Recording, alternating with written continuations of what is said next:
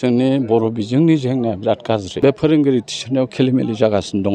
जुदि जोङो रुजु-रुमु मावोबा बे जेंनाया जोबगोन होननानै आं सानो। दा जेंनाखौ बुंनो थांबा जोंनि बर' बिजोंनि जेंनाया बिराद गाज्रि। थासारिया गाज्रि। दा जोंहा थाबाय आसाम सरकार आरो जों बिटिसि सरकार थाबाय आरो जोङो बिटिआर गोरोबथानि गेजेरजों जोङो बर' रावखौ एस'सियेट लेंगुवेज लोगो राव हिसाबै आसामनि जों मोनदोंमोन। रिकगनिसन जों मोनदोंमोन। बेखौ फोसावदोंबो। बेखौ एक्टबो जाबाय, आयेनबो जाबाय। खिन्थु जोंहा दा जों नुनो मोनदों बे रावखौ साबैसे बाहायदों। दा आसाम एसेम्ब्लियाव, आसाम आयेन आफादाव बाहायदों। दानि आथिखालनि बुंथिगिरि बिस्वजित दैमारिनि दैदेननायाव बेथ' गोजोनथाव बाथ्रा। खिन्थु गुबुन गुबुन बिटिआरनि अफिस काछारियावबोथ' बे बर' रावखौ बाहायनांगौ। दा बे मोनसे जेंना आरो मोनसेया जाहैबाय बर' बिजोंनि जेंना।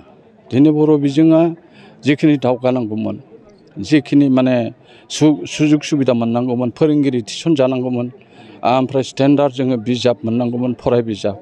जों फराय बिजाबा जागोन, खिन्थु जोङो टिचार बे फोरोंगिरि थिसननायाव खेलिमेलि जागासिनो दङ।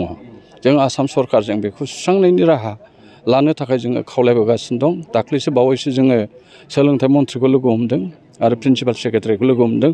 चिफ मिनिस्टारजोंबो जों रायज्लायदों आरो बावैनो जोङो आसामनि गिबि मन्थ्रिजों बेखौ सुस्रांनायनि राहा लानो थाखाय जोङो सावरायगोन। दुलाराय बर' फरायसाफोरखौबो जोङो लाफागोन आरो बेखौ सुस्रांनायनि राहा जेरै पस्ट ग्रेजुवेट टिचार्सनि प्रब्लेम मोनसे फैदों आरो मोनसेया जाहैबाय एडभार्टाइजमेन्ट होदों, खिन्थु बर' अपसना फैयाखै। दा बेबो मोनसे जेंना जानानै दं। जोङो बर' अपसना जाहाथे फैयो आरो जोंनि बर' MIL नि पस्टआ मानो एथ' खम जाखो, जों बेखौबो नोजोर होनानै जों आसाम सरकारनो गांसे गोसोखां लाइजामबो होबाय। दा सुस्रांनायनि राहाखौ जों आसा खालामदों आरो डाइरेक्टर लेभेलावबो जों रायज्लायगासिनो दं। जोङो डाइरेक्टरखौ होनदों जे नोंथाङा एनालाइसिस खालामनानै मोनब्रै जिल्लानि जिथु स्टेटास रिपर्ट बेखौ आसाम सरकारनि हाइ पावार कमिटिनो हो। ओमफ्राय होनानै बिथाङा बे जेंनाफोरखौ सुस्रांनो नाजागोन होननानै जोंनो खोथा होदों।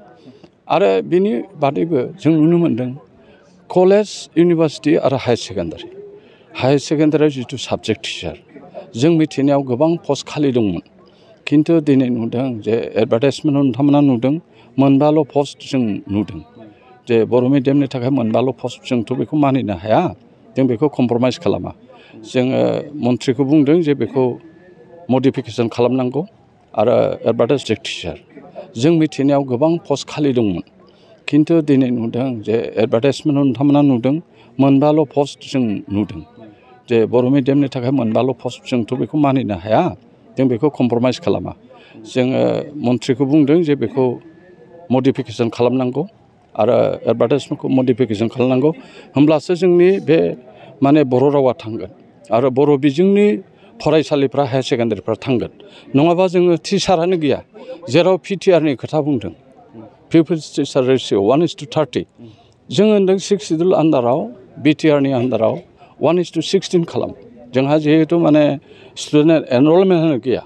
दा एनरलमेन्ट गैयैयाव जोङो स्कुलखौ बासायनो थाखाय, बर' बिजोंखौ बासायनो थाखाय जोङो गोबां खामानि मावनांगौ लगिया दङ। बेनिखायनो आङो BTR सरकारखौ आरो आसाम सरकारखौ खावलायो बिथांमोनहा जाहाथे बर' बिजोंनि थाखाय इयुनाव जाहाथे बर' बिजोङा दावगालांनो हायो, बिथांमोना बेखौ खामानिखौ मावनांगौ। आरो गोदान सोलोंथाइ खान्थि NEP फैगासिनो दं। बे NEP खान्थिनि गाइडलाइनखौ मानिनानै बिथांमोनहा खामानि मावनांगौ आरो जोंनि जायफोरनिखि फोरोंगिरिफोर दं, जायफोरनिखि अफिसियेलफोर दं, बिथांमोनहाबो बे गाइडलाइनखौ मानिनानै जुदि जोङो रुजु-रुमु मावोबा बे जेंनाया जोबगोन होननानै आं सानो।